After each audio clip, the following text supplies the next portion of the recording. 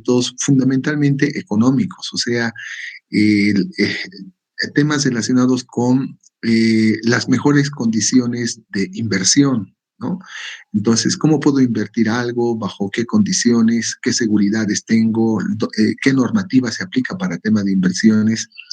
Y es la idea de esta materia y la forma en que se ha construido el sílabo, ¿ya?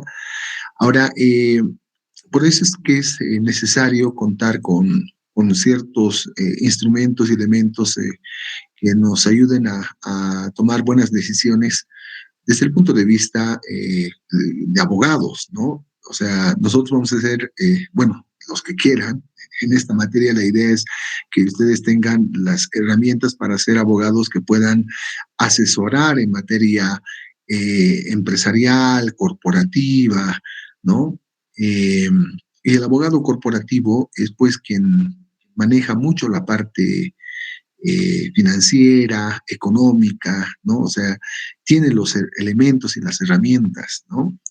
Entonces, como este es un curso de verano, es un curso muy acelerado, un poco, hay que darles algunos elementos pequeñitos, pero sí voy a dedicarme por lo menos la mitad de una jornada. Vamos a ver el tema de finanzas corporativas, ¿ya? Eso sí tienen que saber, ¿no? Finanzas corporativas, es decir, van a estar todos ustedes con su calculadora, ¿ya? Y les voy a enseñar a sacar tasas, ¿no? Vamos a ver el tema de el valor del dinero en el tiempo, ¿ya? Hacer cálculo con fórmulas, unas fórmulas bien sencillitas, ¿ya? Pero, bueno, son fórmulas. Vamos a, pues, como ustedes son jóvenes y saben y se acuerdan lo que han visto en colegio, vamos a hacer algunos despejes de las fórmulas para poder hallar el interés y para hallar la tasa, por un lado, el interés, por otro lado, ¿no? Y vamos a hallar el capital, ¿ya? Entonces vamos a hacer así unas operaciones matemáticas, ¿ya? Eh, para determinar la tasa de interés simple y la tasa de interés compuesto, ¿ya? Entonces, eso lo vamos a realizar el día, a ver, tendría que ser el día lunes. No, es que el lunes es feriado, ¿verdad? ¿Lo podríamos pasar el día lunes? No sé, eso quería consultarles. El día lunes solo y únicamente tasas de interés, ¿ya? Tasa de interés simple y tasa de interés compuesto. Sí, doctor, yo... ¿Por qué quiero...?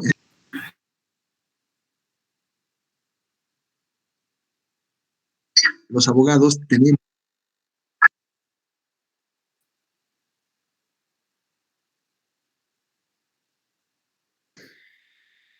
tasas, y hasta incluso para el cobro de sus honorarios. Los honorarios se cobran igual, a veces en porcentajes de éxito. Si ustedes quisieran, ¿no?, que sea, digamos, un horario no tan temprano como las 7, podríamos hacerlo el día lunes, que va a ser feriado. El día lunes, quizás, no sé, a las 8 o 9, ¿no? 2 horas de solo y únicamente finanzas corporativas, ¿ya? Este es un aspecto que es para mí elemental para efectos de conocer la parte corporativa del derecho, ¿no? Finanzas corporativas, ¿ya?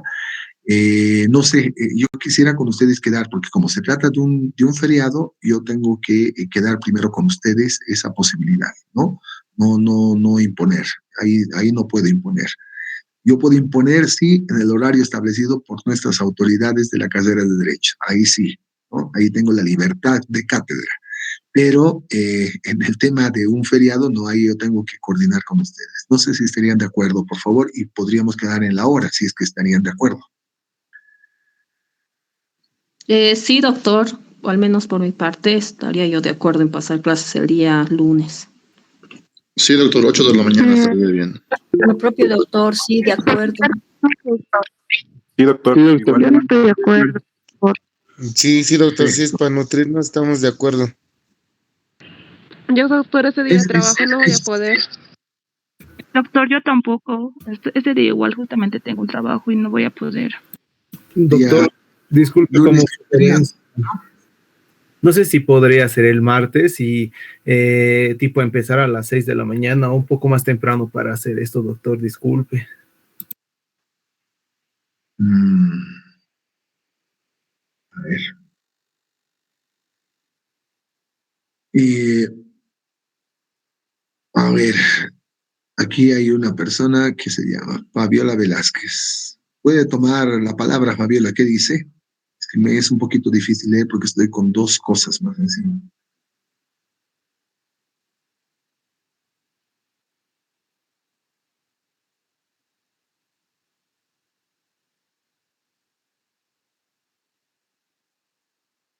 Fabiola Velázquez. A ver, adelante. Sí, doctor. Sí, yo no voy a poder el día lunes, precisamente porque yo ya programé un viaje. Difícil que en el camino yo pueda escuchar la clase. Entonces, de repente, si lo podemos trasladar para el día sábado, por favor, gracias. Ya. Eh, ya. La idea era que estemos de acuerdo, pero bueno. A ver, haríamos lo siguiente. Las clases terminan de acuerdo al calendario. A ver, estamos a 18.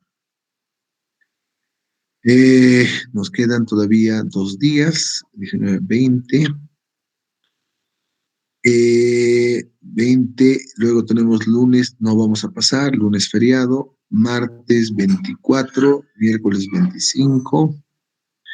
El examen final va a ser el viernes 27, ¿ya? El examen final. Entonces, y el examen final lo vamos a hacer en la Facultad de Derecho de manera presencial, ¿no? Entonces, y ese día, pues yo voy a calificar y ya voy a ir llenando notas y ustedes van a saber su nota ya el viernes 27, el examen final, ¿no? Ahí, antes de entrar al examen final, y bueno, ya su nota del examen final, y ya van a contar con su nota y yo tengo que presentar planillas hasta el día lunes 30. Entonces, a ver,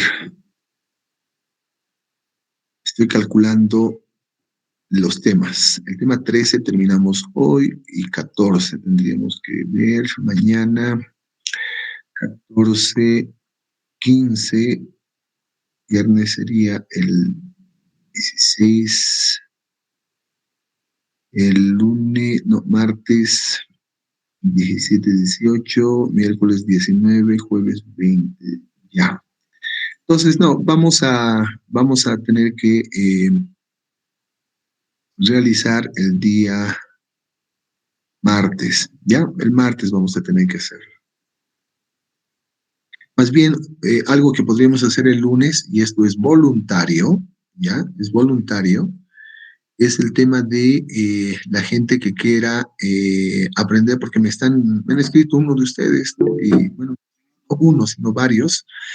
El día lunes, las personas que deseen, ya no es obligatorio, ¿no?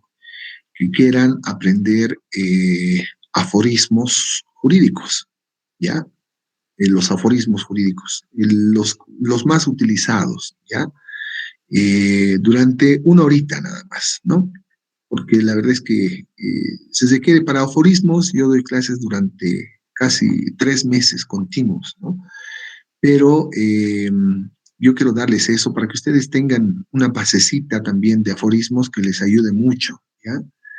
Entonces, porque yo sé que, no sé si habrá alguna materia donde les enseñen aforismos aquí en la carrera, pero habiendo visto sus exámenes y conocido algunas cosas, prefiero ser yo, darles aforismos y las personas que deseen, pues podemos hacer esto el día lunes. Como es algo voluntario, la gente que quiera, ¿no? El lunes se conecta a ver, esperemos un segundito, cómo podríamos hacer. A ver, esperen un rato. Mm, es-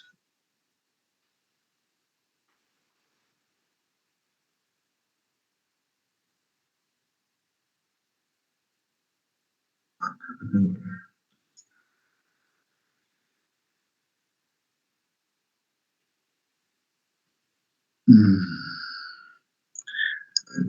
voy a subir.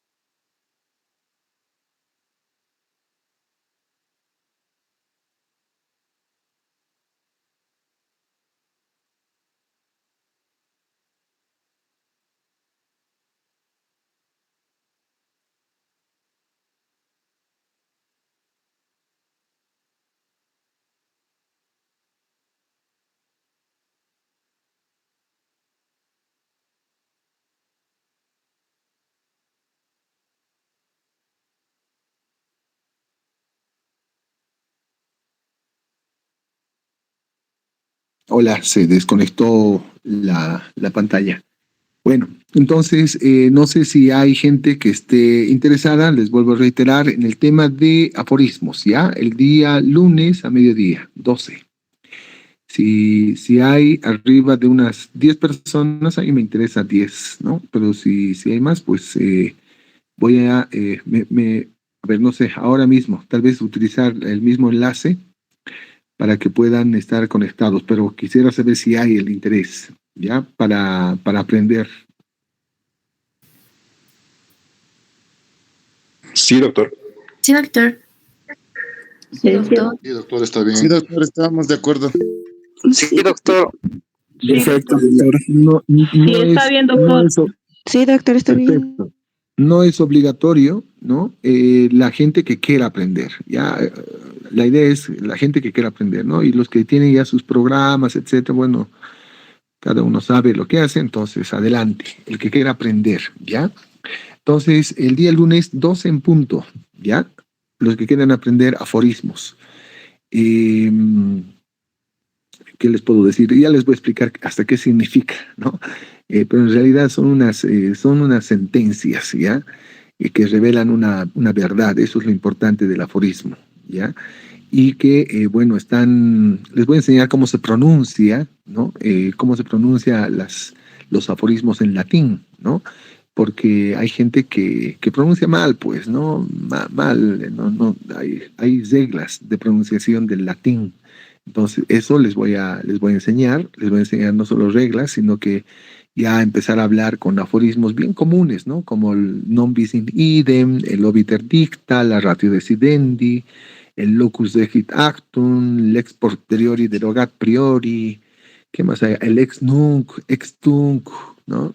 El jura novit curia, el aquo, aquen, el quid pro quo, ¿qué más? El ab intestato, el abusus non usus sed corruptela, el accessorium sed sequorum principale, y todo lo que hablamos pues son también brocardos o locuciones también se llaman, ¿no? El ut supra, ut infra, el res non verba, el fumus boni juris, ¿qué más? El a prorata parte, ratio legis, erga omnes, intuito persona, que eso ya ustedes conocen porque se repite mucho, pero hay otros que no, por ejemplo, el esdorin judicando, el esdorin procedendo, ¿no? El ex nihilo, ¿no? Que es fuerte ese, el ex nihilo, bueno, así, ya hay algunos que son bien generales, pero que es necesario que aprendan, ¿ya? Entonces, no olviden, el lunes vamos a estar con eso de los aforismos, la gente que quiera, vuelvo a reiterar, que quiera aprender, ¿no? Y a veces hacemos reuniones académicas, reuniones que nos ayudan a entender un poquito más sobre temas de análisis estrictamente académico jurídico, ¿ya? Como por ejemplo la forma de la argumentación jurídica, pero aplicada a la realidad, no fantasías, ¿no? O sea, de alguien que está todos los días pues en procesos. Entonces, eso va a servir mucho también para que aprendan a hacer argumentación. Pero eso es yo cada 3 meses, ¿no? Cuando queremos brindar, digamos, lo poco que uno conoce, quiere brindar a la gente que quiere aprender, al que quiera aprender, ¿no? Sin obligación alguna. A veces tengo así reuniones, por ejemplo, voy a tener en febrero una con unos exalumnos de hace años, ya que siempre los convoco y nos reunimos 2 veces al año, ¿no? Donde hacemos así eventos académicos bien interesantes. Ya los que quieran, pues forman parte así de un grupo, digamos, pequeño, bonito, y que vamos ahí generando conocimiento. La idea es conocer, conocer, conocer, conocer, conocer. Ya, bueno, entonces como hay más de 10, excelente. Nos vemos el día lunes a las 12, ¿ya? Pero ahora vamos a continuar, ¿no? Tenemos todavía dentro del periodo de este tema 13, hay una parte que yo quiero que ustedes entiendan de una forma un poquito más especializada en el ámbito de la economía, como es el hablar de la microeconomía y la macroeconomía, ¿ya? Entonces, para ello, por favor, Paolo, si tienes alguna presentación o de lo contrario, pues adelante, Paolo. Ya les presento a David Paolo Alarcón, quien les va a brindar un poquito de lo que significa la macroeconomía y la microeconomía, y que va a colocar con una parte, digamos, académica, alguna parte práctica, pero bueno, él ha preparado ahí una presentación. Así que les dejo y vamos a ir, después de esta intervención, vamos a ir terminando ya la clase, ¿ya? Adelante, por favor, Paula.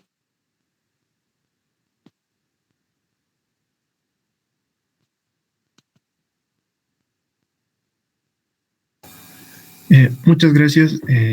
Bueno, ¿cómo están todos? Muy buenos días. Como ya les mencionó el doctor, yo voy a ser el encargado de poder explicarles a grandes rasgos lo que es la macroeconomía y la microeconomía. Mi nombre es David Paolo Alarcón. Soy actualmente egresado de la carrera de Economía. Me encuentro viendo el tema de lo que va a ser mi defensa de tesis y bueno, a continuación voy a presentarles mi presentación para así poder de manera más concisa y concreta explicarles este tema, ¿no? Antes que nada, ¿se puede ver mi presentación? ¿O hay algún problema, tal vez? Sí, se puede ver. Sí, se puede ver.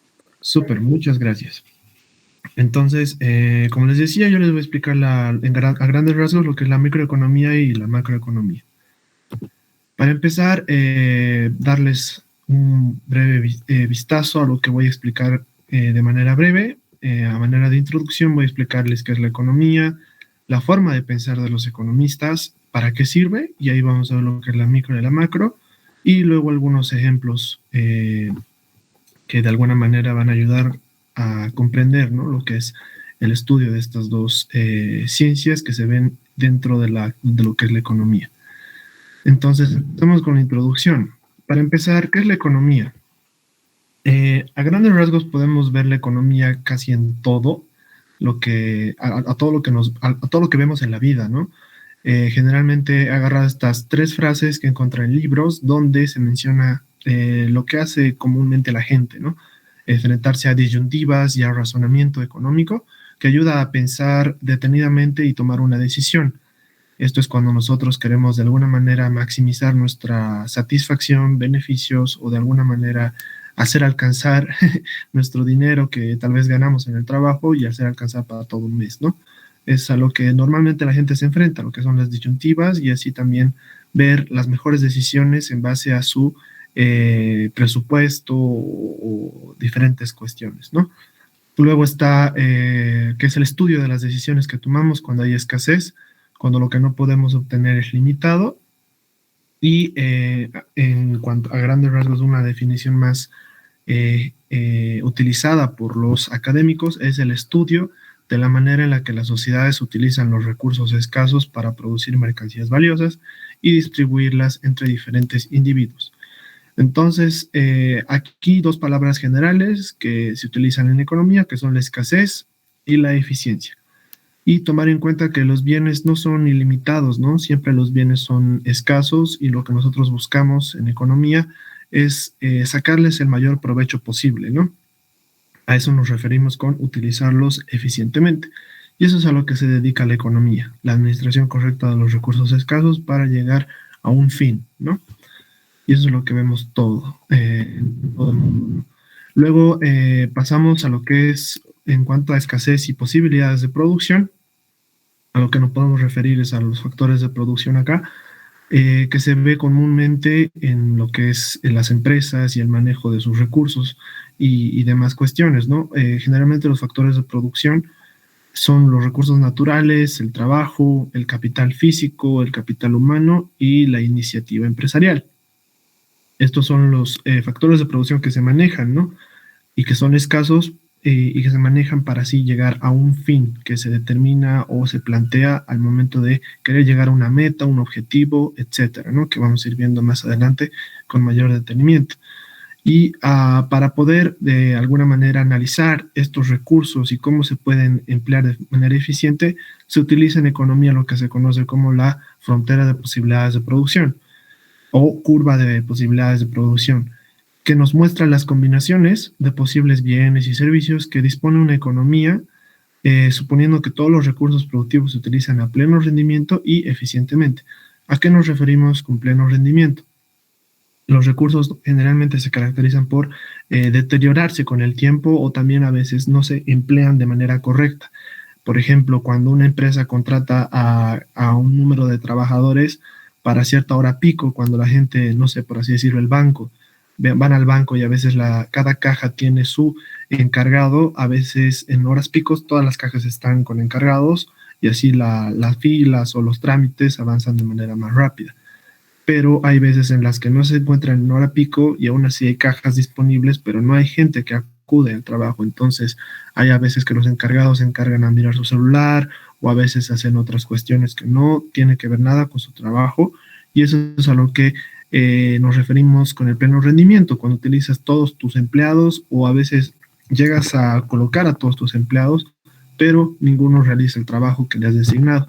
Y esa es una deficiencia y eso es a lo que la economía busca resolver, ¿no? Que no haya ese tipo de problemas y se manejen los recursos de manera eficiente. Esto en cuanto a lo que se ve de escasez y los recursos. Y luego vemos lo que es los mercados. Y acá va sobre todo, alguna vez deben haber escuchado sobre la mano invisible también, que es una frase que se utiliza generalmente en la economía y en la interacción que se da en estos mercados, ¿no? ¿Y qué es un mercado? Es un mecanismo que permite a compradores y a los vendedores intercambiar bienes y servicios. Un comprador va al mercado e intercambia dinero por un producto que requiere, y un vendedor intercambia un producto por dinero. Es como el Mercado Rodríguez, donde vas y las caseritas te intercambian sus frutas, vegetales por tu dinero y tú das tu dinero por obtener tus vegetales, frutas o lo que necesites, ¿no? Eso es un mercado. ¿Y qué hacen los mercados? ¿Cuál es el objetivo de los mercados? Es determinar los precios de los bienes y servicios producidos. y estos precios guían a las decisiones sobre qué y cuánto comprar y vender. Gracias a esta interacción que hay entre compradores y vendedores, llega a establecerse un precio. Entonces, las decisiones que se toman en los mercados son el resultado de estas interacciones de millones de personas con la cual cada una busca su beneficio propio, ¿no? Entonces, ¿a qué nos vamos con la mano invisible a todo esto? La mano invisible es una metáfora que utiliza Adam Smith, que es uno de los más destacados economistas a nivel mundial, que utilizó para explicar esta metáfora, para explicar que las personas actúan en beneficio propio, pero al mismo tiempo pueden promover en realidad los intereses de la sociedad en su conjunto. Entonces, la mano invisible es como el resultado de esta interacción entre compradores y vendedores para determinar el precio, ¿no? Esa interacción entre las caseras y los caseritos hace que se establezca un precio, y si ese precio va a disminuir o bajar es por una interacción que se genera entre estos dos agentes, que a la larga va a beneficiar, ¿no?, a la sociedad, dado que va a determinarse como una especie de punto de equilibrio donde tanto compradores y vendedores van a estar de acuerdo, que no suba de este punto de equilibrio el precio o baje el precio para así no interferir en los intereses de cada uno. Entonces eso es a lo que se refiere Adam Smith con la mano invisible, la interacción entre compradores y vendedores, que a grandes rasgos es la interacción entre oferta y demanda en un mercado, ¿no? Entonces pasamos a lo que es la forma de pensar de los economistas. En la teoría económica, la teoría de la economía no suministra un conjunto de conclusiones definitivas inmediatamente aplicables a la política económica. Es un método más que una doctrina, una construcción mental, una técnica de análisis que ayuda a lo que posea extraer conclusiones correctas. Esto es lo que nos dice Keynes, que es otro economista muy destacado, conocido a nivel mundial, que seguramente tal vez lo han llegado a escuchar. Y ¿a qué me quise referir con esta pequeña frase que él menciona?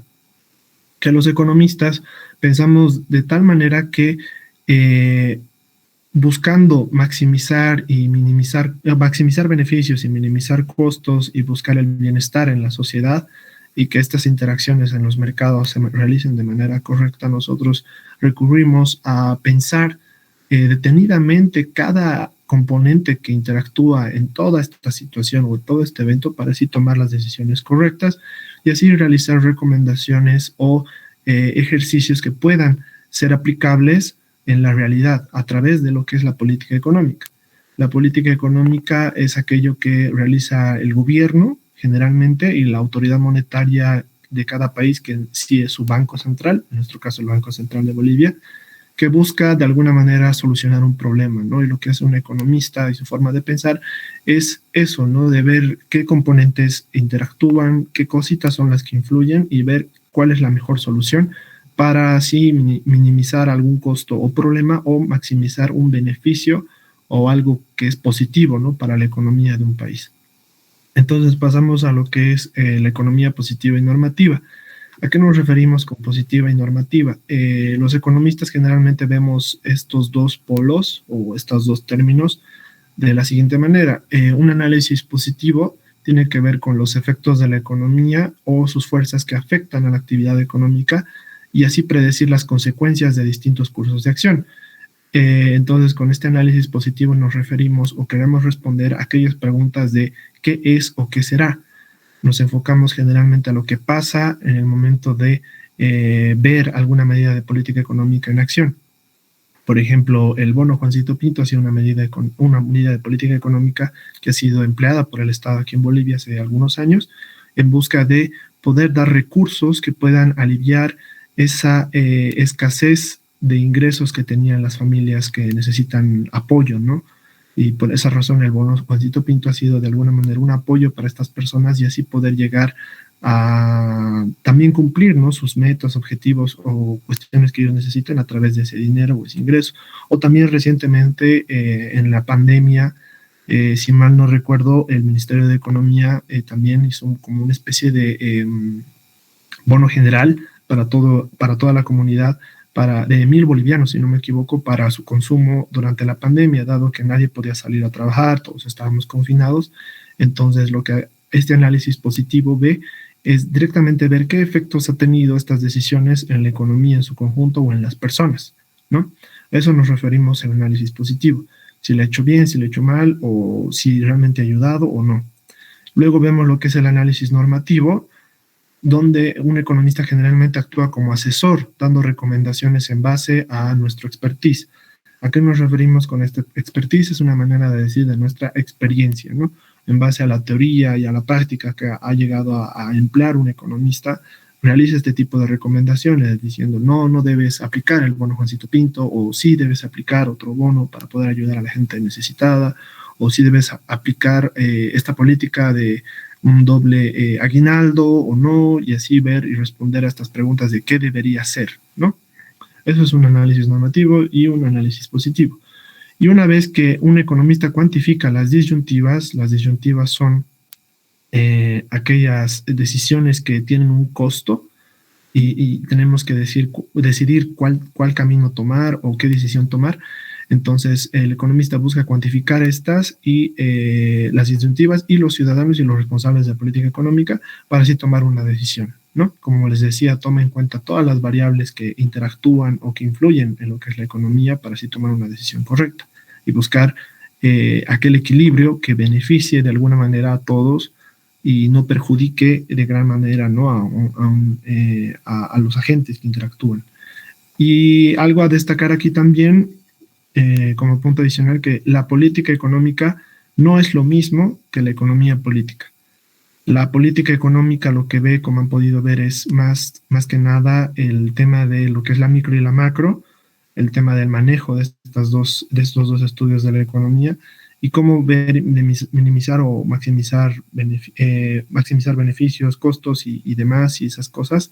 Eso ve la política económica. En cambio, la economía política lo que ve es más desde un tema de régimen político, por así decirlo, ve la inclinación política que hay atrás de esas decisiones, ¿no? de la economía y cómo el político influye en estas decisiones de economía, siendo izquierda o derecha, busca beneficiar sus propios objetivos, sus propias metas. Entonces, eso es a lo que nos referimos con economía política. Es como una mezcla de la economía y la política, en pocas, ¿no? Puede llegar a escribirse igual, pero el orden realmente le da un distinto significado, ¿no? Eso a mencionar en este sentido. Luego vemos el empleo de supuestos. Seguramente han debido ver tal vez algunos, lo que dicen los memes, cuando los economistas le realizan una pregunta en la televisión o a veces en entrevistas, siempre responden con el famoso depende, ¿no? Es como una especie de hincapié a intentar responder las preguntas que a veces nos realizan los economistas y siempre utilizamos ese depende porque lo que se aplica generalmente en esta profesión de la economía o el análisis de la economía es supuestos, y los supuestos ayudan a simplificar las cosas, ¿no? Y centrar la atención en lo que realmente es importante. Aunque muchos de estos supuestos pueden llegar a ser poco realistas, eso también no significa que sea incorrecto el análisis que se basa en ellos, ¿no? Entonces, al fin y al cabo, los supuestos lo que nos ayuda en el análisis de la economía es tratar de ver de manera más sencilla algo que es muy grande, ¿no? Y así tomar tal vez una decisión que pueda llegar a favorecernos y ver cómo poder mejorar ciertas situaciones, ¿no? Entonces, en la mayoría de los análisis económicos se utilizan supuestos como ser estos que menciono acá, que son que el agente económico va a tener un interés personal, siempre va a buscar su beneficio propio, y las decisiones están fundadas. ¿A qué me refiero con las decisiones fundadas? Que va a contar con la información que necesite, ¿no?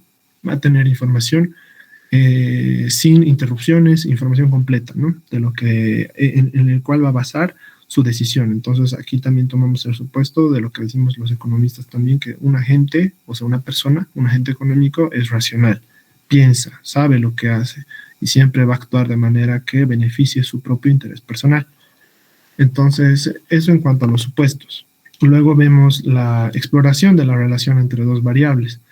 ¿A qué nos referimos con la exploración de la relación entre dos variables? Empezando, bueno, por el concepto de lo que es una variable, que es una medida de algo que puede tomar diferentes valores, y vemos lo que es aquí la causalidad.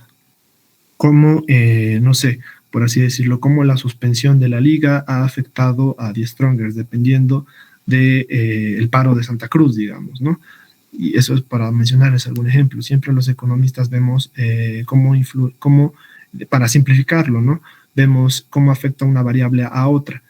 Y para analizar la relación entre estas dos variables siempre suponemos que lo demás no varía. Entonces ahí entra lo que generalmente se conoce como el ceteris paribus en economía, que se menciona bastante, que significa manteniendo todo lo demás constante, ¿no? Siempre tomamos en cuenta solo dos variables para simplificar el análisis y para así de alguna manera tener una mayor comprensión de lo que está pasando y buscamos explicar por qué tal variable, por qué A ha causado B o por qué B ha causado A. Y como les decía, por qué la suspensión de la liga afecta al Tigre o cómo el Tigre ha llegado a ser afectado por la suspensión de la liga, por decirles algún ejemplo, ¿no? O por qué el Bolívar tiene más títulos que el Tigre, o por qué los títulos han sido más para el Bolívar y así. Se busca esa relación, ¿no?, entre las variables y también ver su causalidad.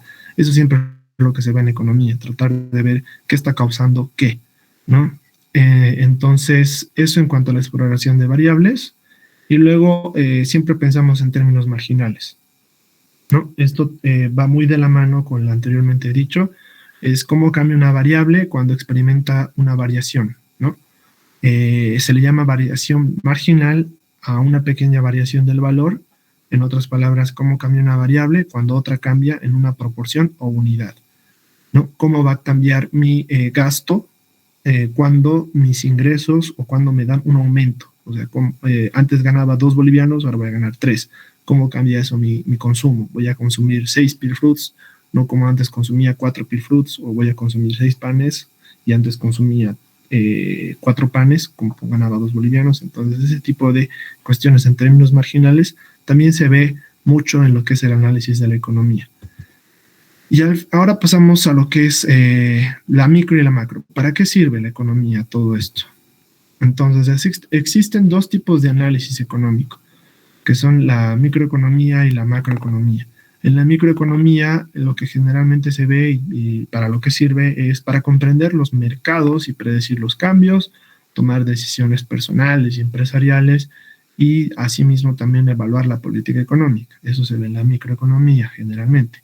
En la macroeconomía también a grandes rasgos nos sirve para comprender cómo funciona una economía nacional, también comprender los grandes debates sobre política económica y también nos sirve también para tomar decisiones empresariales fundadas, ¿no? Fundadas nos referimos a decisiones empresariales que están fundamentadas con cierta información que nosotros hemos podido aprender, extraer o investigar. Entonces, todo lo que es la microeconomía es el estudio de las decisiones que toman los hogares, las empresas y el Estado, y de las consecuencias de estas decisiones para el mercado de un determinado bien o servicio. Entonces, la microeconomía, como su nombre lo indica, micro, ve desde lo más pequeño en la economía en general, que son los hogares, las empresas y el Estado, ¿no? Entonces, lo que ve es la interacción de estos en los mercados y también cómo pueden darse esos cambios y tratar de predecirlos.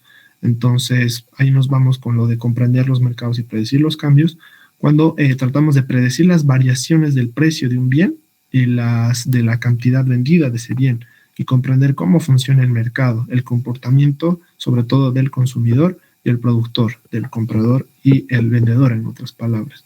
Entonces, en economía lo que buscamos acá en el estudio de la micro es tratar de ver qué puede suceder a futuro con, no sé, por así decirlo, el precio de ahora, digamos, con los conflictos de Santa Cruz o con los que ha habido con Camacho, tratar de predecir cuánto va a subir el precio de la carne, cuánto va a subir el precio del pollo, o cuánto va a bajar cuando se solucione o no se solucione, o cuando aumenten las exportaciones o importaciones, y así, ¿no? Eso es lo que vemos en la microeconomía.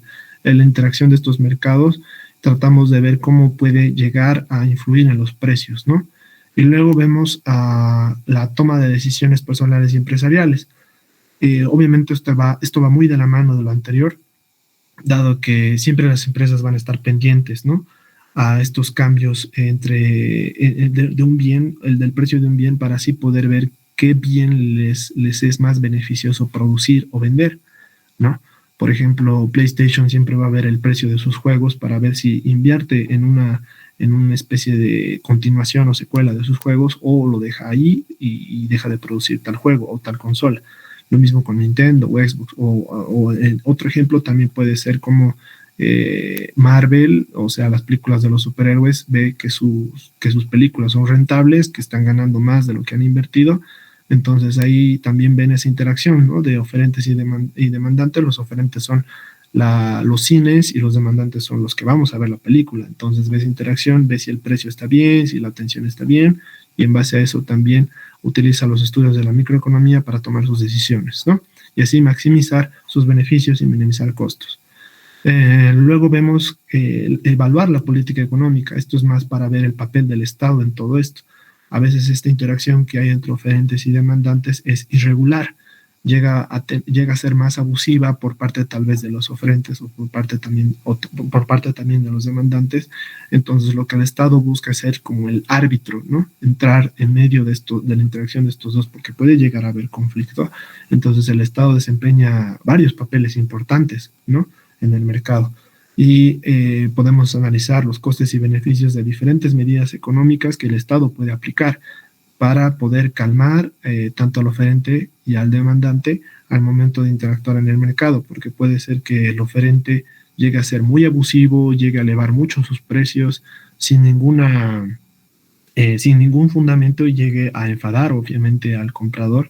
Entonces lo que el Estado hace es ir y tratar de regularizar esto y hacer que los precios sean asequibles para toda la comunidad en general, y así hay varios ejemplos que se pueden ver en cuanto al papel del Estado, pero eso es a lo que nos enfocamos al momento de estudiar la microeconomía, ¿no? Esta interacción que se ve entre los hogares, las empresas y el Estado en los mercados. Ahora, pasando a lo que es la macroeconomía, a grandes rasgos, es el estudio de la economía de un país en su conjunto. Esto ya es más global, es más ver a la interacción entre los países, ¿no?, en exportaciones, en importaciones y demás. Y se ven generalmente temas a nivel también global, en cuanto a el desempleo, la inflación, el déficit presupuestario y el déficit comercial. Y explica por qué las economías crecen y cambian y por qué el crecimiento económico a veces se interrumpe. Entonces, como se puede explicar aquí, también como su nombre indica, macro, ve la economía más grande, ¿no? Entonces, esta se enfoca en el país en general. Y cuando nos enfocamos en el país, vemos lo que generalmente se menciona, que es el desempleo, la inflación, que son los más conocidos, y luego, digamos, podría entrar el déficit presupuestario, el déficit comercial. Entonces, ¿con qué fines vemos la macroeconomía? Y acá están otros tres, que de manera resumida les voy a explicar, que son el comprender cómo funciona una economía nacional. ¿Por qué crecen unos países más rápido que otros? Eso nos preguntamos al momento de estudiar la macroeconomía. ¿Qué es lo que está haciendo mal un país para no crecer como otro país? ¿Qué está haciendo mal Bolivia para no crecer como lo hace Estados Unidos o como lo hacen otros países en comparación, ¿no? Aquí también lo que se debe ver es el tema de los recursos que tiene cada país, también su manera de producir ciertas cuestiones o su manera de exportar, qué ventajas tiene sobre otros países, y ahí se ven muchas cuestiones, ¿no? Pero eso es lo que se ve en macroeconomía. ¿Por qué crecen unos países más rápido que otros? Tratamos de responder esta pregunta, y así como ahora les acabo de explicar y de mencionar, tratamos de ver qué variables son las que podrían ayudarnos a explicar esta cuestión, ¿no? Luego también nos sirve para comprender los grandes debates sobre política económica. Cuando estudiamos la macroeconomía, somos capaces de comprender todos esos debates que se ven en la televisión, en No Me Pierdas, o esos programas que no recuerdo bien el nombre, que generalmente se dan en la noche, donde muchos políticos, alcaldes y demás debaten acerca de economía y tratan de fundamentar sus decisiones, y algunas veces cuando ya sabes lo que hablan, cuando ya sabes macroeconomía, llegas a entender lo que están haciendo, y a veces llegas también a generar tu propio punto de vista, ¿no? Entonces, eso es a lo que a eso nos referimos con macroeconomía, y eso nos ayuda a entender este tipo de debates sobre política económica, ¿no? Estudiamos los costes y beneficios de las medidas económicas que pretenden luchar contra el desempleo y la inflación, ¿no? Y luego vemos en la macroeconomía también cómo tomar decisiones empresariales fundadas. Entonces, a esto nos vamos más por el lado por el punto de vista del empresario, que al llegar a comprender cómo funciona la economía nacional en donde se encuentra, podrá tomar decisiones relacionadas con los tipos de interés, los tipos de cambio, la tasa de inflación o la tasa de desempleo. En base a estos datos, el empresario puede llevar a su empresa al éxito, ¿no? O tratar de confrontar el fracaso también. Entonces, para eso nos sirve la macroeconomía y, como anteriormente ya les expliqué, la microeconomía, a grandes rasgos. Ahora, para fundamentar todo esto, dándoles un par de ejemplos, tal vez yo me he basado en estas 4 películas, no sé si tal vez las han visto, pero es donde generalmente se ve la economía y la interacción entre oferentes y demandantes, también se ve desde un punto de vista micro y macro, y bueno, acá están si gustan ver tal vez de alguna manera más sencilla lo que es la economía y la macro y la micro, pueden llegar a ver estas películas y también tomar su propio punto de vista, ¿no? Es más una sugerencia. Por ejemplo, no sé, en la película En busca de la felicidad, si algunos la han podido ver, se trata de un hombre que vive en la pobreza, tiene a su hijo y no sabe qué hacer con su vida y al final ve que tiene una oportunidad como corredor de bolsa. Los corredores de bolsa generalmente tienen un papel en lo que es el mercado financiero, donde se ve la compra y venta de acciones, de activos y demás. Entonces él llega a aprender acerca de esta interacción en este mercado, llega a ver cómo se comportan los oferentes y demandantes, llega a aplicar la microeconomía para saber esta interacción y luego llega a ser millonario, ¿no? Llega a conseguir un trabajo y llega a tener su firma, su empresa, para así también hacer su negocio y llega a salir adelante, ¿no? Eso en cuanto a esa película En busca de la felicidad. A ver, tomando otro ejemplo, también está esta película de Brad Pitt, de Moneyball, donde es un manager de un equipo de béisbol que es el peor, está en último lugar y en ese deporte no le está yendo muy bien, y llega a pedir la ayuda justamente de un economista, quien emplea un modelo que ha estudiado en la universidad, que le ayuda a maximizar el rendimiento de los jugadores de béisbol y llega a armar un equipo con jugadores extraños, poco ortodoxos, pero al final llega a generar ese cambio que él quería, llega a ganar partidos, no llega a gastar mucho dinero y con los recursos escasos que él tiene, llega a ser un equipo ganador. Y al final su modelo, que ha utilizado tanto este director de equipo y el economista, llega a ser utilizado por los grandes equipos en ese deporte, en el béisbol. Y bueno, esto les dejo como ejemplos. La economía realmente no tiene límites, puede aplicarse en todo. Y desde mi punto de vista, yo creo que la economía debería ser una ciencia que deba tomarse mucho a consideración porque realmente nos dice muchas cosas, nos ayuda a entender demasiado cómo ciertas cuestiones a nivel global llegan a afectarnos, ¿no? Entonces yo creo que es algo que la gente debe saber a grandes rasgos también y también si le interesa estudiarlo más, si no igual, pero de alguna manera saber cómo funciona, ¿no?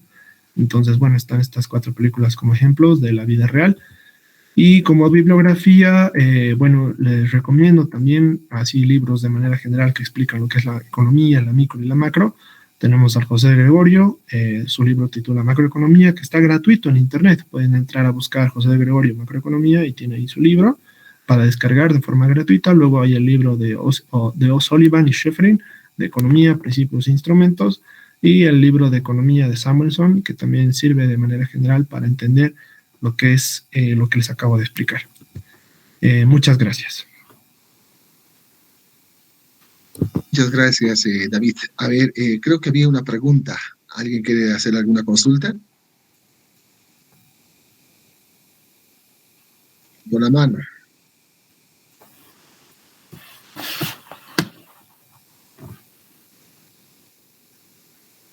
Entonces, perfecto. Vamos. Yo creo que ha sido una explicación clara, productiva, respecto de lo que es la economía en primer lugar, lo que son los mercados y lo que es la micro y la macroeconomía. Los ejemplos me gustaron mucho, porque ocurre que a veces a la gente le llega más a impactar ver en temas prácticos y estos ejemplos son reales. Esas 4 películas, David, son de hechos reales, ¿no? O hay, creo que El Lobo de Wall Street, ¿no? ¿O sí? De hecho, sí, las 4 películas son basadas en hechos reales. Las 4 muestran cómo, bueno, de alguna manera también tiene cierta ficción, ¿no? Dado que es Hollywood y siempre manejan algunos temas de forma más dramática, pero en sí son basadas en hechos reales, son cosas que realmente han pasado. El Lobo de Wall Street está basado en el libro de Jordan Belfort, quien era un agente que estaba en el mercado financiero y buscaba de alguna manera llegar a ser millonario por medidas fraudulentas, ¿no? Llega a abusar de la ignorancia de los compradores de acciones y llega a utilizar ese dinero en beneficio propio y entonces, bueno, a la larga es algo basado en hechos reales, sí. Creo que por ahí hay algunas preguntas. Adelante, Boris Danilo Romero. Y buenos días, doctor. Buenos días, David. Una preguntita. De forma simple, ¿cómo podría definir la micro y macroeconomía para recordarlo?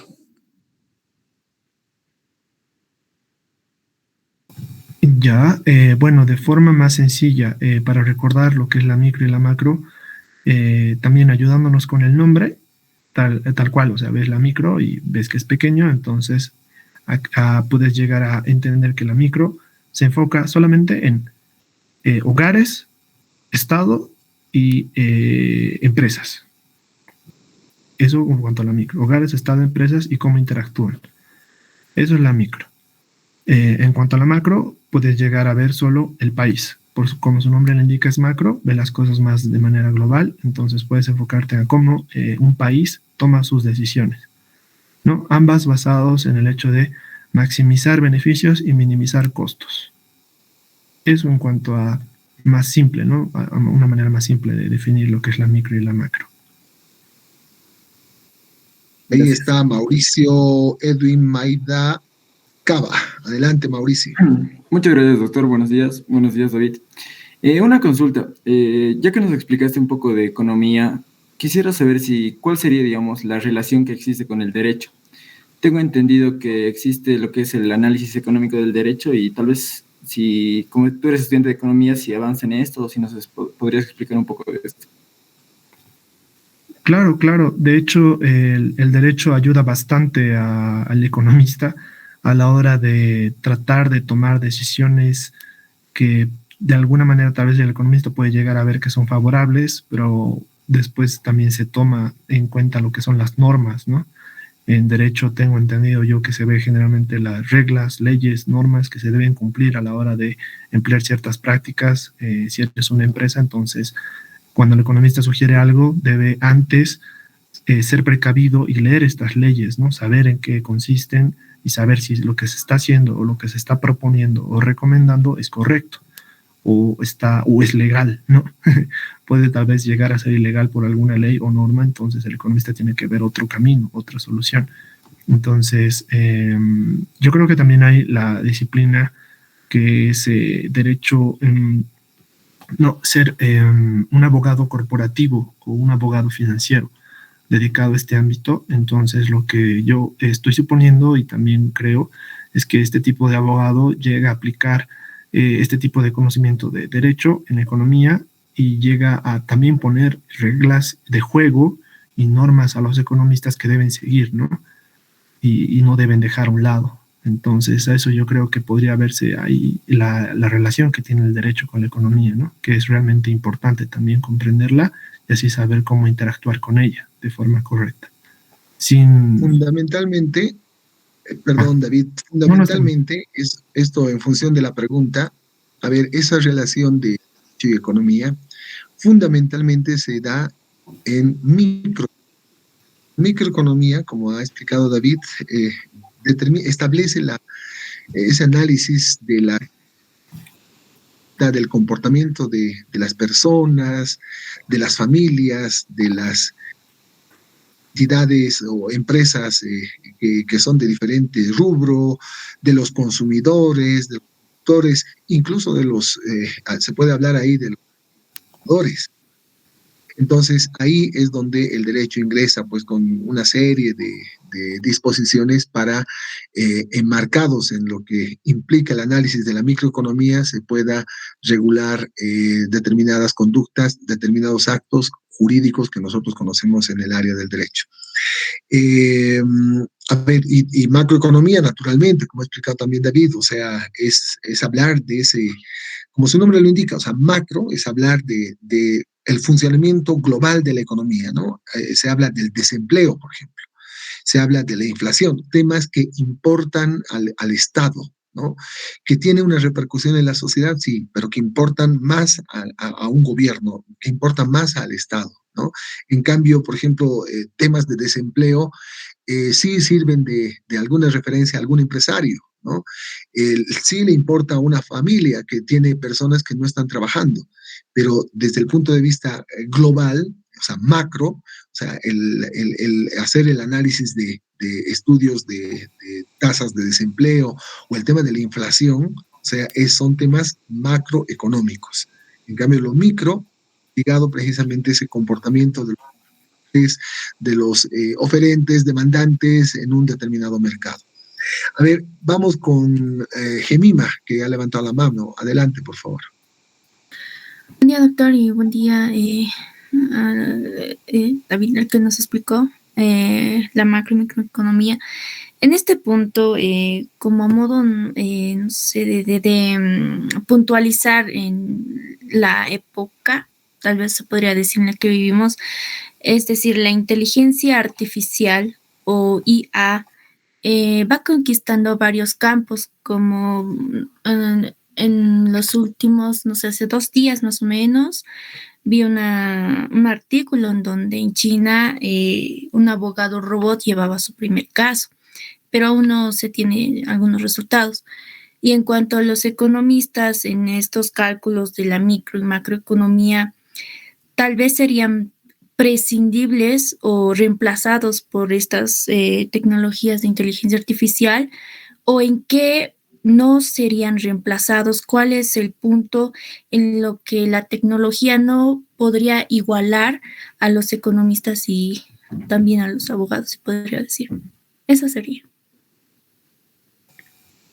La verdad, tu pregunta es muy interesante. Gracias, Gemima. Es una pregunta bastante interesante, dado el contexto actual, y creo que la inteligencia artificial, si bien va a poder llegar a ayudar a completar, bueno, y nos ha ayudado a lo largo de la historia a completar varias tareas, si hablamos de inteligencia artificial por, no sé, la tecnología que hemos llegado a obtener para completar ciertas tareas, tanto en derecho y en economía, yo creo que al final también tanto el abogado como el economista no pueden llegar a ser prescindibles, ¿no? Porque si bien la máquina puede hacerlo de manera más rápida o eficiente, este tipo de tareas, no tiene lo que los humanos o los seres humanos tenemos, lo que un abogado y un economista tiene, que es sentido moral. No tiene lo que es esa racionalidad que nos hace humanos de velar por la seguridad o el bienestar de, no sé, en el caso de un abogado, de aquella persona que está representando o empresa que está representando, o en el caso de un economista, de la meta que busca alcanzar, de mejorar el bienestar de los pobres o mejorar sus ingresos. Entonces no vela mucho por eso la inteligencia artificial, pero podría llegar de alguna manera a finalizar más rápido ciertas preguntas, ¿no?, que tienen tal vez el economista o el abogado a la hora de tomar sus decisiones en cuanto a, no sé, el abogado en cuanto a los casos jurídicos o de distinta índole que llega a tener, y al economista en cuanto a buscar cómo maximizar los recursos. Tal vez, ahora pensándolo así, tal vez al economista pueda tal vez reemplazarlo, pero al momento de realizar el manejo de datos, ¿no? Generalmente los economistas somos también considerados como estadistas, manejamos mucho lo que son las estadísticas, las probabilidades, y así realizamos nuestros modelos de regresión. Entonces yo creo que en ese sentido tal vez podamos ser predecibles los economistas, pero un abogado no lo creo, dada esa falta de sentido común y moral que tiene el ser humano y no tiene la máquina. Además, hay 2 puntos ahí. Tanto el de las ciencias del derecho, como las económicas, son ciencias sociales. Y las ciencias sociales van a ser o serían las últimas en ser reemplazadas. Por ejemplo, actualmente hay lo que se llama, hay una computadora súper poderosa llamada Watson.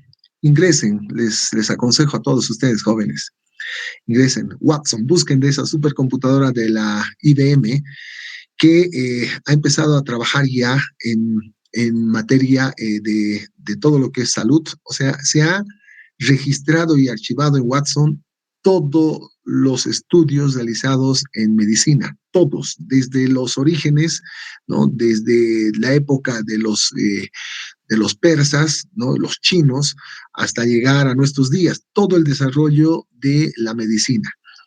Y Watson te puede hacer ya un diagnóstico y te puede señalar alguna cura, ¿no? De temas relacionados con enfermedades. Tú basta que metas el diagnóstico de la persona o lo que tiene la persona, ¿no? Y él te emite un diagnóstico y te emite una solución. O sea, hay algunos, y ahí, por ejemplo, ya pues el médico ya no sería necesario, ¿no? ¿Por qué? Porque luego, si se requiere una intervención quirúrgica, ya existen todo lo que es mecatrónica en la salud, ¿no? O biomedicina, que ya están metiendo temas estrictamente médicos, ¿no? Pero que ya los médicos están siendo prescindibles, pues, ¿no? Ya a un lado directamente. Entonces, hay algunos aspectos relacionados con la inteligencia artificial vinculada a temas de las ciencias exactas, vinculadas a temas de las ciencias de la salud, donde sí está muy acelerado y además los médicos y aquellos que están relacionados con este tipo de atención, o sea, pueden llegar a ser prescindibles. En cambio, aquellos que están relacionados con las ciencias sociales, no digo que nunca van a desaparecer, sino van a tardar, porque está muy íntimamente ligado a temas de valores fundamentalmente morales, ¿no? Que difícilmente se pueden sustituir por la máquina. O sea, no digo que sea imposible, pero sí que es difícil porque hay condiciones, hay situaciones, hay circunstancias que no permiten determinar, digamos, que ciertas variables den como resultado un valor X. O sea, la máquina generalmente responde a variables, ¿no? 2 más 2, 4.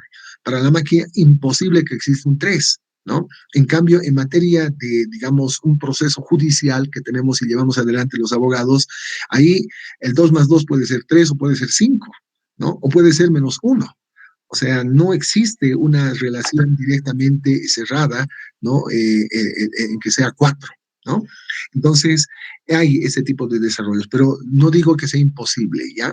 Lo que quiero decir es que hay esa posibilidad, pero sería en las ciencias sociales casi al último, porque los primeros en ser sustituidos son todo lo vinculado a ciencias exactas, todo lo vinculado a estas ciencias de la naturaleza, las ciencias biológicas y a las ciencias de la salud. Por favor, Juan Carlos Alvarado, adelante con la pregunta. Ahí hay otras 2 personas más que han levantado la mano.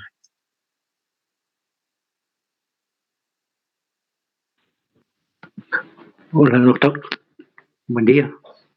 Quería saber solamente si es que el Producto Interno Bruto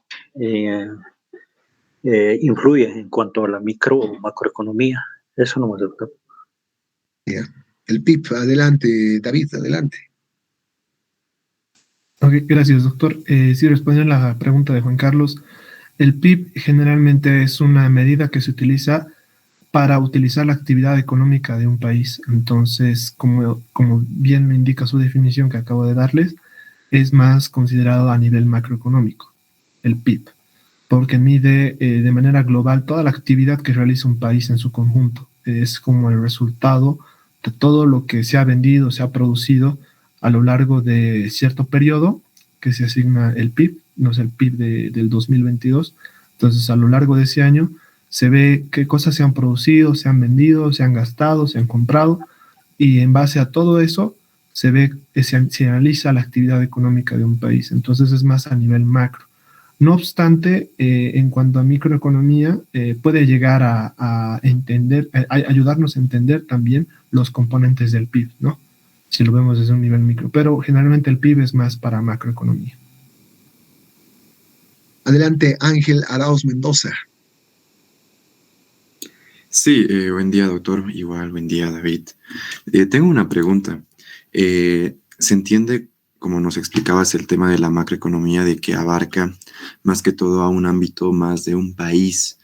Mi pregunta surge más que todo porque al ir avanzando en la materia, vemos incluso cómo hay sociedades anónimas que llegan incluso a tener una economía superior incluso a la de un país, como puede ser lo de Coca-Cola, ¿no?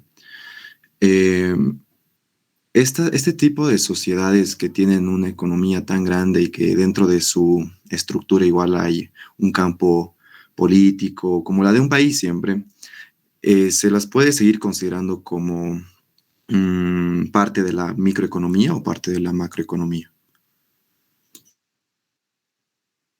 Gracias, Ángel, por tu pregunta. Como les he ido explicando, vemos la micro como esta interacción que hay entre hogares, empresas y el Estado, ¿no? Y cuando vemos eso de las sociedades anónimas, sociedades de responsabilidad limitada, son más que todo el comportamiento de empresas. Entonces, ahí siempre va a entrar el análisis micro, dado que una empresa siempre va a buscar maximizar sus beneficios o minimizar sus costos en base a lo que tenga o en qué características tiene. Como tú mencionas, digamos, una sociedad anónima ve cuántos accionistas están interactuando, ¿no? en lo que es la empresa, quiénes están financiando qué cosa o cuánto están invirtiendo. Y eso en cuanto a nivel micro. Y si nos vamos más a un nivel macro de este tipo de empresas, vemos lo que les he ido también explicando, que la macroeconomía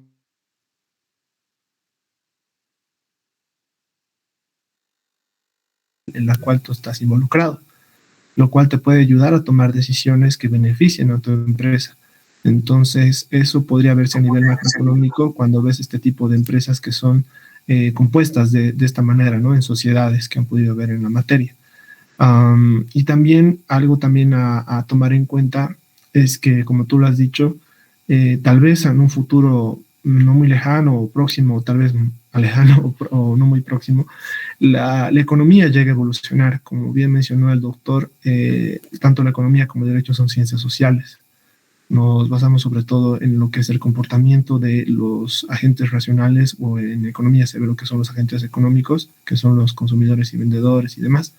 Y como nosotros, las personas, llegamos a pensar de manera diferente a lo largo del tiempo, al mismo tiempo este tipo de ciencias llegan a evolucionar, llegan a adaptarse, llegan a modificarse. Entonces yo creo que tal vez en un futuro este tema de la formación de sociedades y que la empresa llegue a ser también, como a veces algunas empresas son multinacionales o tienen sus sucursales en distintos países, llegan a ser considerados como tal, ¿no? Como un país, tal vez a nivel de país, pero eso está en veremos, ¿no? Todavía no se ha realizado un estudio que fundamente esto, pero está ahí, digamos, ¿no?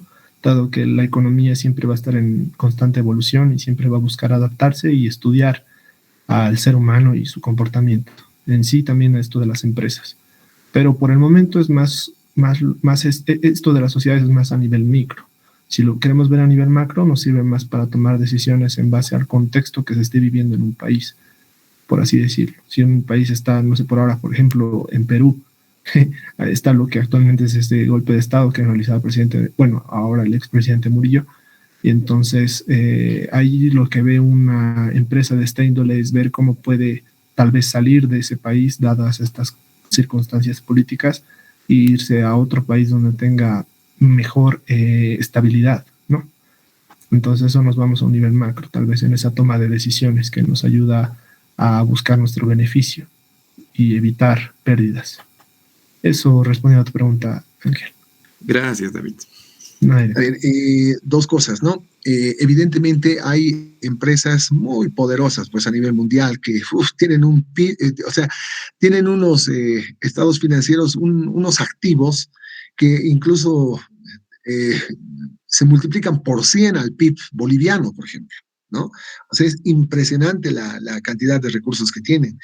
Y estas más adelante pueden llegar a tener, como decía David, tener cierto tipo de autonomía mundial, ¿no?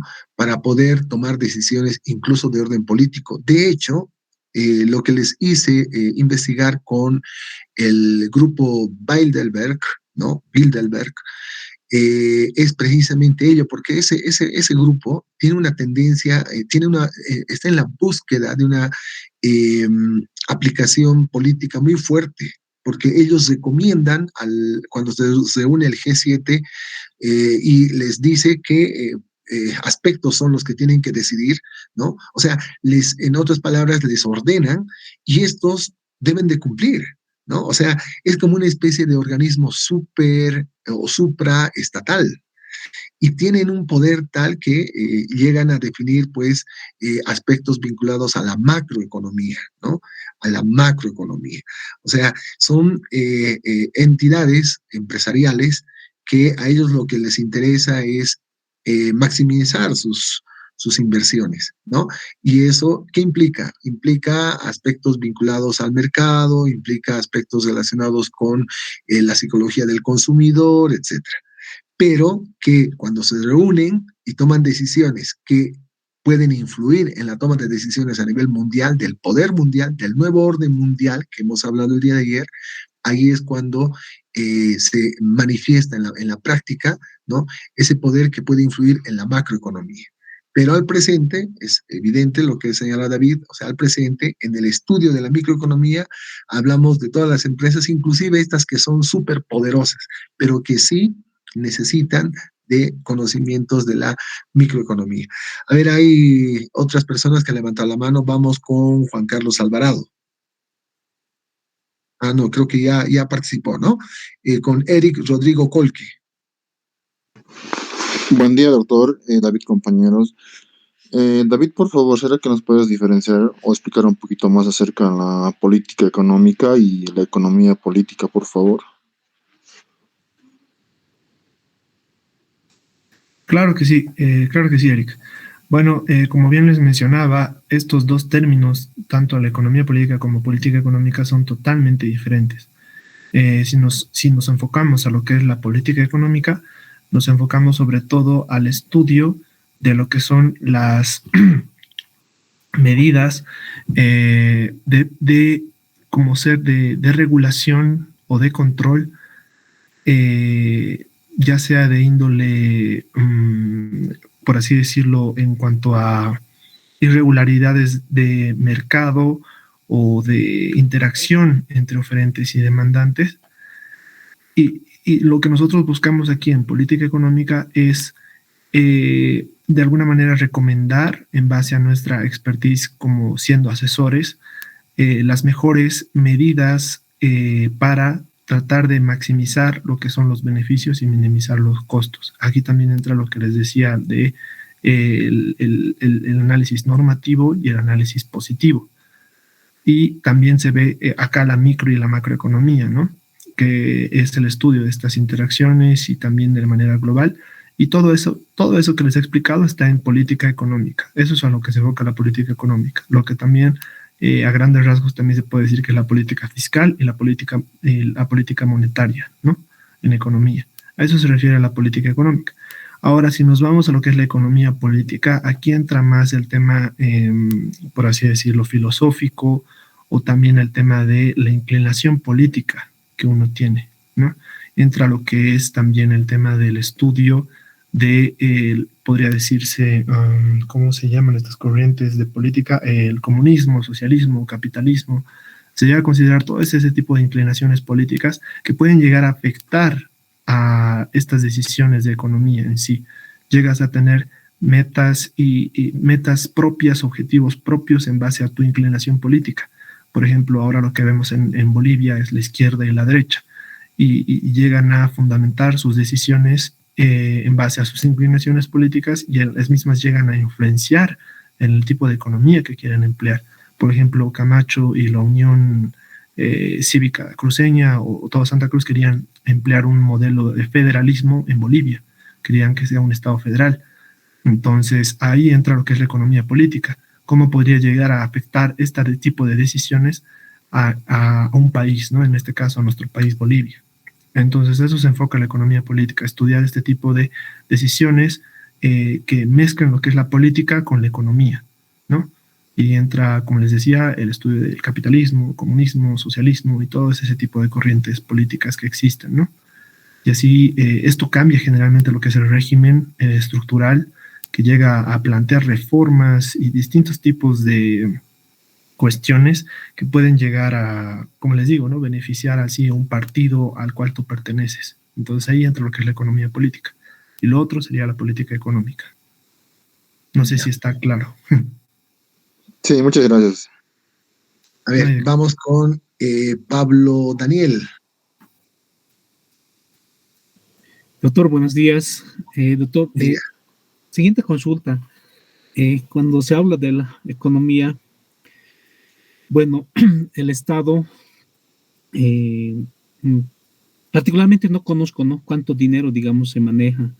Ya se habla de una deuda interna, externa, también ingresos, ¿no?, como de los impuestos, y también se habla del PIB, o sea, cosas así, ¿no?, que realmente me interesaría conocer, o cómo podemos conocer este presupuesto que tiene el Estado. O sea, no es visible, al menos para mí, ¿no? O sea, tal vez usted, doctor, conoce dónde podemos enterarnos todo este dinero que tiene el Estado, cómo se gasta, en qué se gasta, realmente cuánto es nuestra deuda, o cuánto nos deben, o a quiénes debemos. Todo eso, esa era mi consulta, doctor. Gracias.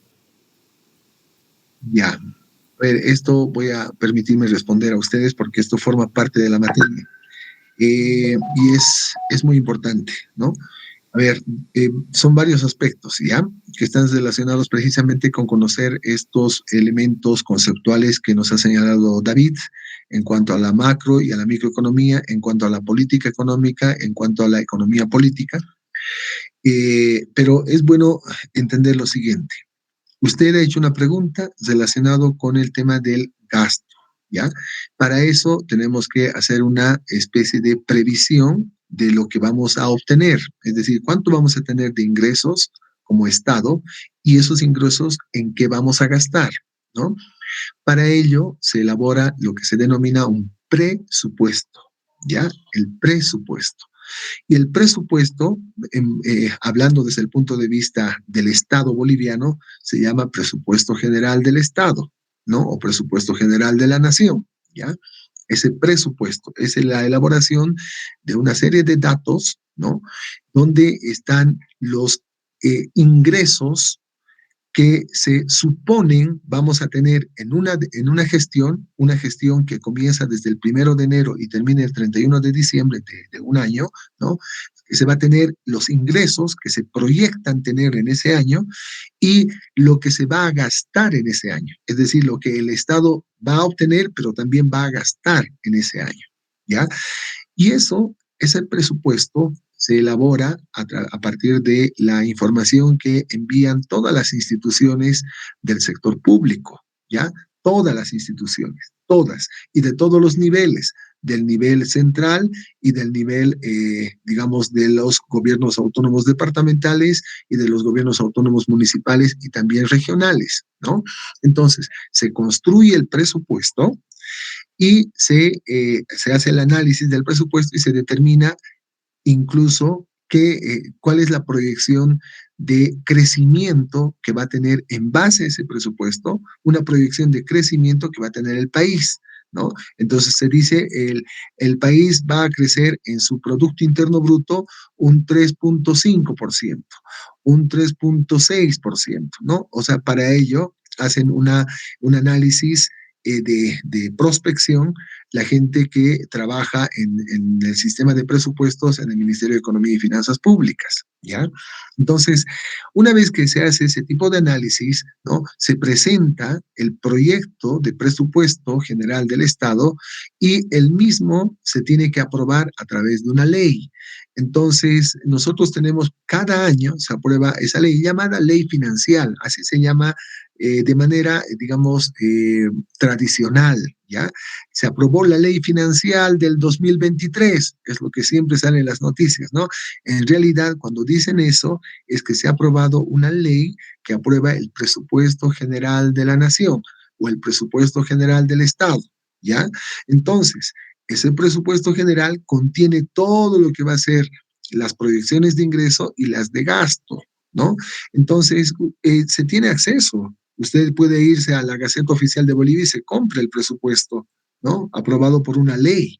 Esa ley luego es reglamentada por el órgano ejecutivo, porque la ley la aprueba la Asamblea Legislativa Plurinacional, pero esa ley es reglamentada, sale un reglamento por el órgano ejecutivo, lo aprueba el presidente y los ministros, entonces sale un decreto supremo que reglamenta ese presupuesto y establece las condiciones ya, digamos, particulares, ¿no? De temas relacionados con transferencias público-privadas, de temas de pago de gastos judiciales, de así, varias cositas que se señalan en el reglamento.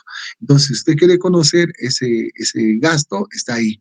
Ahora, si quiere conocer después si efectivamente se ha gastado, ¿no? Entonces usted tiene que estar atento a diferentes entidades o instituciones cuando estas entidades o instituciones que gastan, ¿no? Hacen lo que se denomina la presentación de su rendición de cuentas, ¿ya? Hacen 2 veces al año la rendición de cuentas, ¿no? Entonces hacen su rendición de cuentas y ahí señalan en qué han gastado, si han cumplido o no han cumplido su presupuesto, ¿no? Entonces, pasa el año y se hace un análisis sobre el crecimiento, sobre sobre todo el Producto Interno Bruto, sobre el PIB, ¿no? Todo ese conjunto de sectores que han producido bienes y servicios, ¿ya?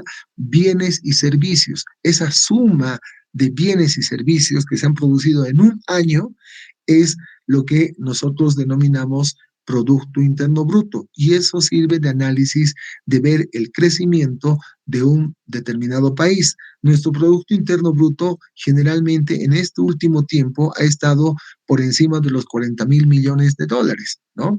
40.000 millones de dólares. Es todo lo que se produce y todo lo que se produce en bienes y servicios en nuestro país, ¿no? Eso ha sido, digamos, muy destacado, porque antes nuestro Producto Interno Bruto, cuando digo antes, hablo del periodo hasta el 2005, nuestro Producto Interno Bruto estaba bordeando los 5.000, 6.000 millones de dólares, ¿no? Y en este tiempo es donde, digamos, ha crecido y ha llegado a más de 40.000 millones de dólares, ¿no? Es un Producto Interno Bruto muy alto, es muy grande, en comparación del tipo de país que tenemos, ¿no? Nuestro país, desde el punto de vista, digamos, de la economía, es un país que es pequeño, ¿no? Seguimos siendo pobres, estamos en esa, no por debajo de la línea de la pobreza, pero estamos ahí, o sea, tampoco hemos salido, digamos, más allá de lo que es el subdesarrollo, ¿no? Entonces, eso para que pueda tener la información, Pablo Daniel, ¿ya? A ver, para ir terminando, porque ya estamos en hora, vamos con Mary Isabel y vamos a terminar con, no sé, tal vez con Aarón Renzo, ¿ya? Adelante, Mary Isabel. Buen día, doctor. Sí, quería preguntar algo sobre la macroeconomía. Me estoy preguntando sobre más adelante y en un futuro sobre el clima, ¿no? Ya que tenemos cambios climáticos y como se da una producción amplia, ¿no? Nos referimos a que estamos en una producción más baja, se nos gastan los recursos económicos también, los recursos naturales que tenemos. ¿Cómo podríamos seguir con todo esto referente al clima? La producción ya no va, tenemos que exportar a veces que tenemos amplios pedidos, ¿no? Tendríamos que seguir creciendo en ya no sé cómo preguntar, ya me confundí un poquito, pero esa sería mi pregunta referente al clima, ya que somos... Ya. Sí. Tranquila, Mary Isabel, tranquila, ¿ya? Tú estás señalando esta variable que es trascendental, como es el ámbito del clima, que está cambiando en el mundo y que si tiene esto una repercusión en el desarrollo económico. No sé si sobre ello, David, tienes algo para comentar o de lo contrario, vamos viendo, ¿no? O sea, ¿cómo influye el clima? A ver, la pregunta, digamos, para David, en función de esto que ha preguntado Mary Isabel, ¿qué efecto tendría el clima en el tema económico? ¿Influye tal vez en la macro o en la micro? No sé. Bueno, gracias, doctor, y gracias, Isabel, por tu pregunta.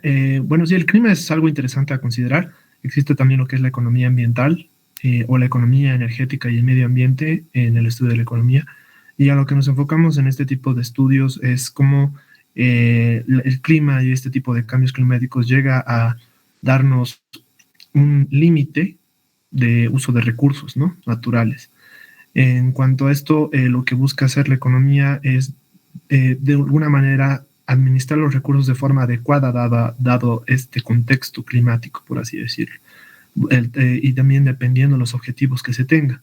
Si lo que busco es minimizar el uso del agua y de alguna manera no interferir o perjudicar a la población en general, se busca de alguna manera llegar a esto aplicando ciertas políticas o restricciones de uso del agua. Tal vez de 8 de la mañana a 10 está permitido el uso del agua y de 10 a 3 de la tarde ya no se puede utilizar el agua hasta esa hora, y después de 3 y así ir regularizando el uso del agua. Este tipo de cuestiones se manejan mucho en economía también y en el ámbito también del manejo de reformas estructurales, ¿no? Y es algo a considerar en el nivel, sobre todo micro, ¿no? Porque en cuanto al clima, si quieres ver de alguna manera este tipo de cuestiones y cómo influye en las decisiones de las personas y empresas y demás, se ve sobre todo en la micro. Pero si quieres también ver de alguna manera más general, tal vez el calentamiento global, que se habla sobre todo en esas reuniones que tienen representantes de diferentes países en ciertos eventos. No recuerdo muy bien el nombre de estos eventos de cambios climáticos o de problemas ambientales, pero ahí se ve más el tema macroeconómico, porque buscan ver qué país está tal vez de alguna manera emitiendo más, no sé, dióxido de carbono, y de alguna manera buscar medidas que de alguna manera minimicen esta contaminación que llega a afectar así al planeta, ¿no? Entonces ahí se vería más el tema macro y de alguna manera buscar ese tipo de soluciones y así entender también cómo podemos minimizar la contaminación y también hacerle un favor al medio ambiente, ¿no? Eso en cuanto a tu pregunta. Y vamos con lo último, por favor. Perdón, vamos a ir acelerando, que ya estamos cerca de las 11. A ver, no sé, ¿a quién hemos dicho? A Aaron Renson. Ya, adelante, por favor, Aaron. Sí, doctor, buenos días. David y compañeros, buenos días. Yo quería realizar más que todo una pregunta de interpretación subjetiva, David. Era referido a cuál cree que es la visión económica que se aplica en nuestro país, ya tomando en cuenta la norma jurídica fundamental que establece la economía plural desde el 2009. Bueno, actualmente tengo entendido que en la economía del país sobre todo maneja un modelo social productivo, ¿no? Entonces se enfoca más en lo que es el nivel de la población en general, que como todos saben, la población está más compuesta por las áreas rurales, hay más gente en las áreas rurales que las áreas urbanas. Entonces este modelo social productivo nos da a entender que estamos siguiendo una corriente más del tipo socialista, pero yo diría que también podría ser considerado una mezcla entre el capitalismo y el socialismo, dado que también utilizamos cierta filosofía capitalista a la hora de ver la interacción de las empresas en nuestros mercados, ¿no? También por el hecho de la informalidad de las caseritas tal vez que venden en graneros, que no realizan el registro de sus actividades y no pagan impuestos generalmente la mayoría. Dado a esto, vemos sobre todo lo que es el capitalismo en ese sentido, ¿no? Siempre buscan el beneficio propio en ese sentido de las empresas y sus ingresos y demás. Entonces, por eso que yo veo más que de alguna manera la economía boliviana actualmente está entre esas dos corrientes, ¿no? Capitalista y socialista, pero estamos en esa transición todavía, es como una mezcla de ambas. Pero el modelo que se sigue es un modelo social productivo enfocado a la población en general, ¿no? De las áreas rurales y la clase trabajadora. Bien. Gracias por tu pregunta. Más bien, gracias a todos por la participación. Gracias, David, por tu participación. Vamos a ver en la última parte del programa también un poquito de esto del tema económico. A todos ustedes, gracias. Vamos a continuar el día. Miren, acaban de notificarme, voy a estar mañana un cachín en vuelo en la mañana, pero yo me voy a conectar más o menos entre las 8 y 8:30, ¿ya? Pero por favor estén atentos al WhatsApp que les voy a señalar a qué hora vamos a iniciar, porque mi vuelo es a las 6:20, entonces no voy a alcanzar a las 7, ¿ya? Pero por favor estén atentos, hoy día yo les voy a confirmar la hora exacta en la que vamos a iniciar mañana las clases, ¿de acuerdo? Por favor, ¿quién es nuestro ayudante el día de hoy?